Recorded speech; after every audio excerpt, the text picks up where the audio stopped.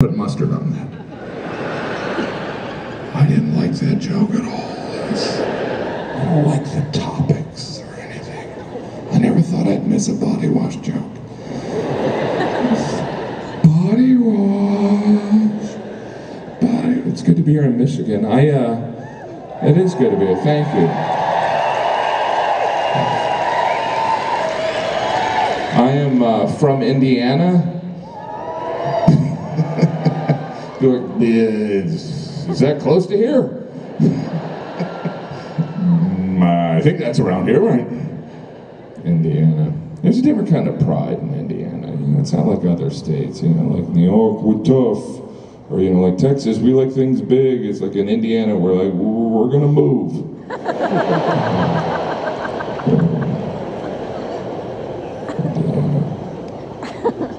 Indiana. It's a state a lot of people have driven through. You know, occasionally after a show, someone goes, "Oh, you're from Indiana? I drove through Indiana once." I never know what to say. I remember you. It's in the newspaper the next day. Man drives through town. Parade planned in honor. That's just weird. My wife's pregnant. Don't applaud. It happens every year. It does. It does. Hey, it's getting nice out. Time for you to get pregnant. No, but this will be our 5th kid. I'm kidding. No, I'm serious. This will be my 5th kid. It sounds like a joke, doesn't it? That's right. 5 kids. We've jumped the shark.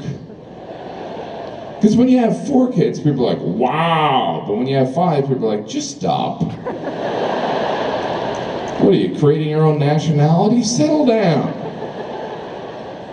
You become that friend that's, you know, that's gone to rehab too many times. You know, I'm not even rooting for you anymore. Just stop playing with my emotions.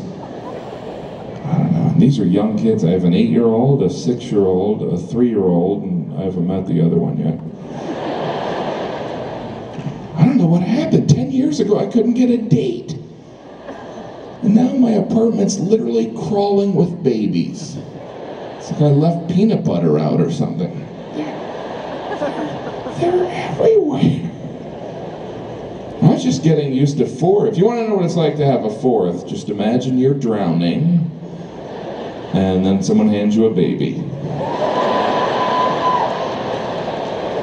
The good news is we live in a 2-bedroom apartment, so I thought it through. 4 kids. Some of my friends think it's religious. They're like, you have those kids because of religion, right? That's not how it works. If anything, you have 4 or 5 kids, and then you become religious. Because once you lose a kid at the mall, you know, you start talking to God right away. You're like, hey God, I know I haven't talked to you in a while. Probably since that last pregnancy test. It's kind of ironic me reaching out having lost the same kid, huh? Anyway, if you could help me... Oh, there he is. Never mind. Talk to you when I get cancer. That's how it works, right? Yeah. You have that crisis, you reach out to God. It's got to be annoying for God. He's probably like, well. Someone gets the big C and they turn into Billy Graham all of a sudden. I seem to remember in college I didn't exist. But now you're Chatty Cathy. My wife's had all our babies at home, just to make you feel uncomfortable. People don't want to hear about home birth. They're like, oh, you had your baby at home. Yeah, we were going to do that, but we wanted our baby to live.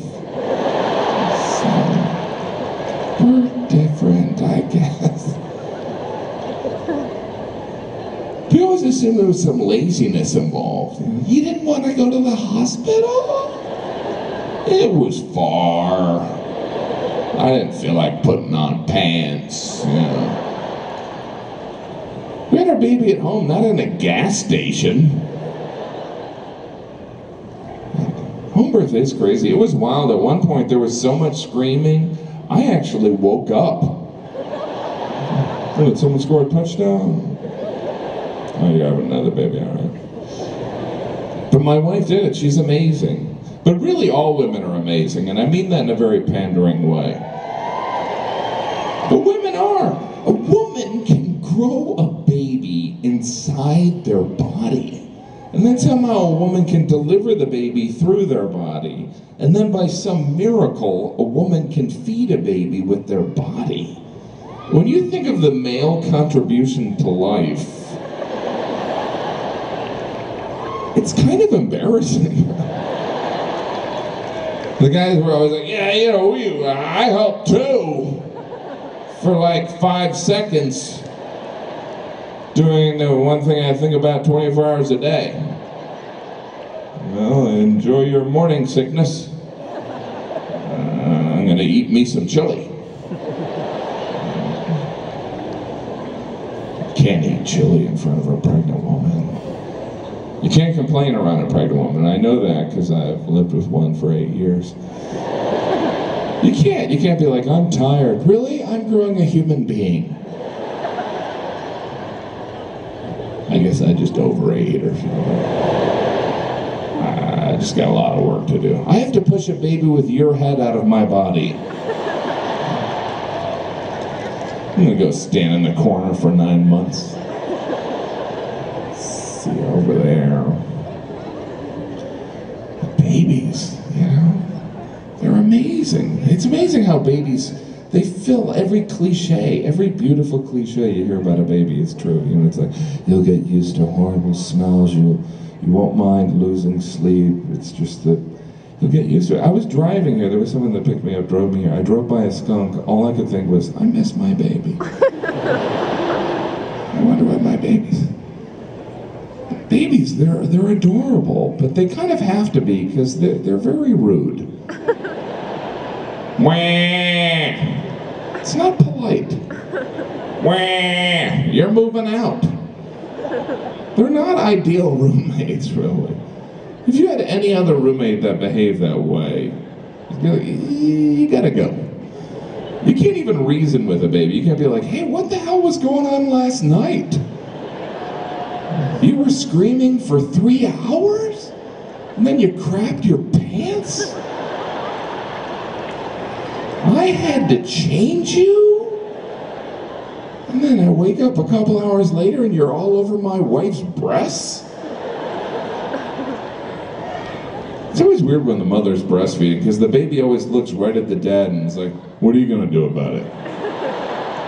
Nothing.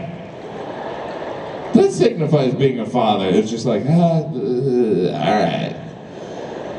Because being a dad, it's like being vice president.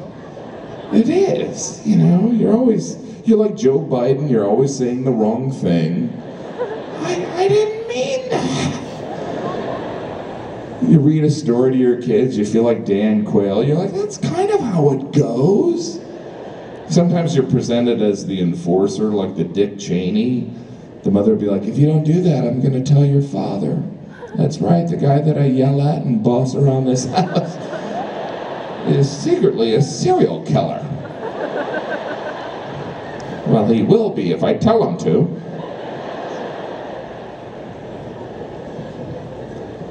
Whenever Jeannie has her annual baby,